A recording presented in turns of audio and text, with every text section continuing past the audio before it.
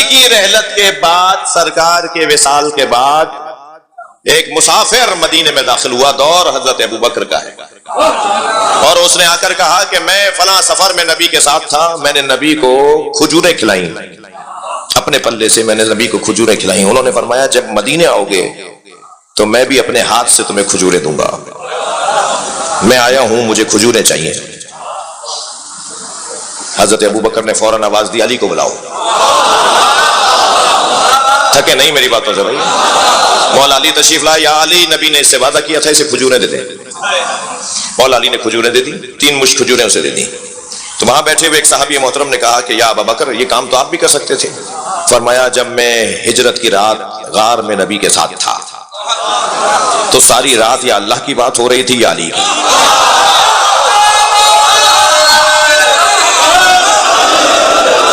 بھائی تھکے نہیں، مجھے کچھ کہنا ہے۔ اور جو نبی نے مجھ سے علی کی باتیں کی ہیں ان میں ایک بات یہ کی، اِنَّ کفایا وَکَفَى عَلِيٍّ فِي الْعَدْلِ سِوَا، مجھ مصطفیٰ کا ہاتھ اور علی کا ہاتھ عدالت میں ایک جیسا ہے۔ صلوات پڑھیں مولا کی ذات پر۔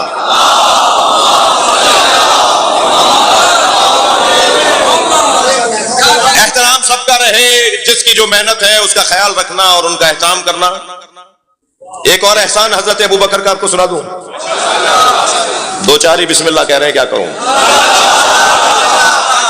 سورہ مبارکہ نور نازل ہوا، آیت نمبر 36، تھک تو نہیں رہے؟ فی بیوت اذن اللہ ان ترفع ویذکر فیہا اسمہ ویسبح لہ فیہا بالغدو والآصال۔ ان گھروں کو اللہ کا حکم ہے کہ اللہ کا حکم ہے ان گھروں کو تعمیر کرو جن گھروں میں اللہ کا نام لیا جاتا ہے، اور جن گھروں میں اللہ کی تسبیح صبح و شام کی جاتی ہے۔ آیت نازل ہوئی ان گھروں کو تعمیر کرو جن گھروں میں فی بیوت اذن اللہ ان ترفع، مناؤ ان گھروں کو، مرمت کرو ان گھر کی، تعمیر کرو ان گھروں کو جن گھروں میں اللہ کا ذکر ہوتا ہے، صبح شام اس کی تسبیح ہوتی ہے۔ آیت نازل ہوئی، اصحاب نے پوچھا یا رسول اللہ وہ کس کے گھر ہیں جنہیں بنانے کا حکم اللہ نے دیا ہے؟ فرمایا بیوت الانبیاء، وہ انبیاء کے گھر ہیں۔ سوال ہوا، جواب ہو گیا، بات مکمل، مگر جس کی جو مہربانی ہو وہ یاد رکھنی چاہیے۔ برابر سے حضرت ابوبکر کی آواز آئی، ھذا المکان منہا، یہ علی و بطول کا گھر ان میں سے ہے۔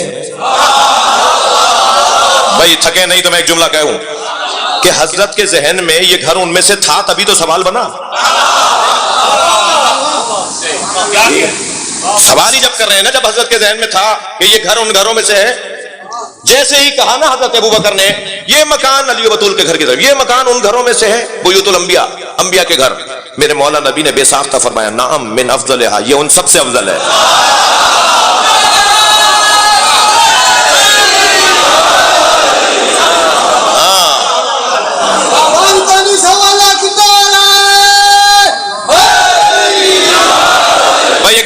کر رہا ہوں، جب گھر ان گھروں سے افضل ہے تو اس گھر میں رہنے والے ان سے افضل کیسے نہیں ہو؟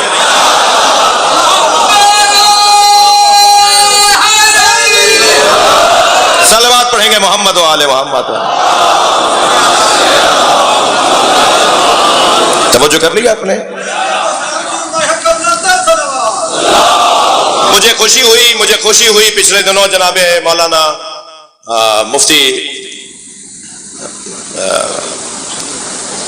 اسلام آباد والے حنیف قریشی صاحب، جناب مولانا مفتی حنیف قریشی صاحب نے پچھلے دنوں ایک خطاب کے درمیان وہ حدیث سنا ڈالی، من اراد ان ينظر الى آدم فی علمہ۔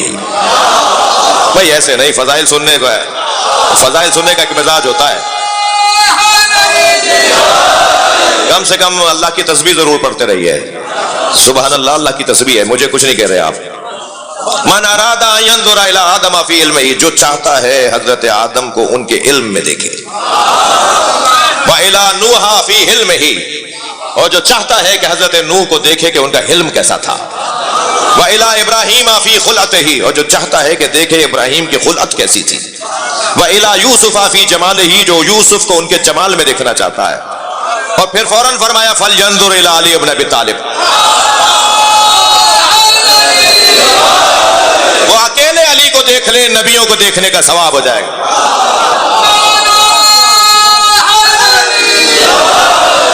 جو نبیوں کو دیکھنے کا ثواب چاہتا ہے اسے علی کو دیکھنا ہوگا.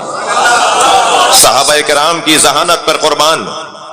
ایک صحابی محترم کی آواز آئی کہ جو علی کو دیکھ نہ پائے وہ کیا کرے. ہمارے اوپر احسان کیا, ہم نہیں ہیں نا اس زمانے میں. جی سرکار تو فرمانے جو علی کو دیکھے اسے نبیوں کے دیکھنے کا ثواب. تو ہم تو نہیں ہیں اس زمانے میں جو مولا علی کو دیکھیں.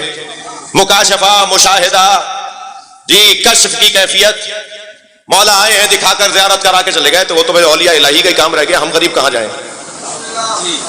فرمایا یا رسول اللہ جو علی کو دیکھ نہ پائے وہ کیا کرے. فرمایا ذکر علی عبادہ.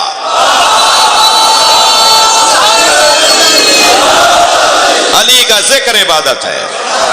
پھر ایک اور محترم صحابی رضی اللہ تعالیٰ عنہ نے ہم پہ احسان کیا, اور وہ جانتے تھے کہ علی کا ذکر کرنا کتنا بڑا نہیں, اس کا نقصان کتنا ہوگا. جانیں جائیں گی, لوگوں کو مارا جائے گا, بیٹھکوں سے اٹھایا جائے گا, عدالتوں سے نکالا جائے گا, علی کا نام لینے پہ سزائیں ملیں گی.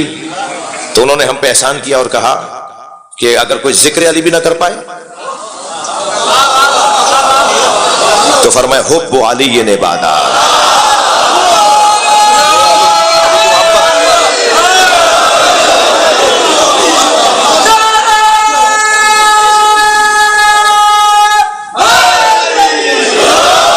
بھائی مجھے برداشت کر لیجئے تھوڑا سا اور. علی کی محبت, اللہ کی عبادت. کوئی مجلس ایسی نہیں ہونی چاہیے, نبی کی آرزو بتا رہا ہوں, سرکار کی آرزو ہے تمہاری کوئی نشست ایسی نہ ہو جس میں میرے علی کی بات نہ ہو.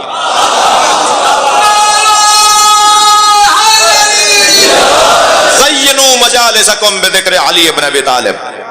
اپنی مجلسوں کو علی کے ذکر سے زینت دیا کرو. مجھے تھوڑا سا سندھیوں سے قدرے زیادہ پیار ہے, اس لیے کہ سندھ کی ثقافت میں ہے جب وہ آپس میں ملتے ہیں تو سلام کے بعد یا علی مدد بھی بولتے ہیں, اور وہ یا علی.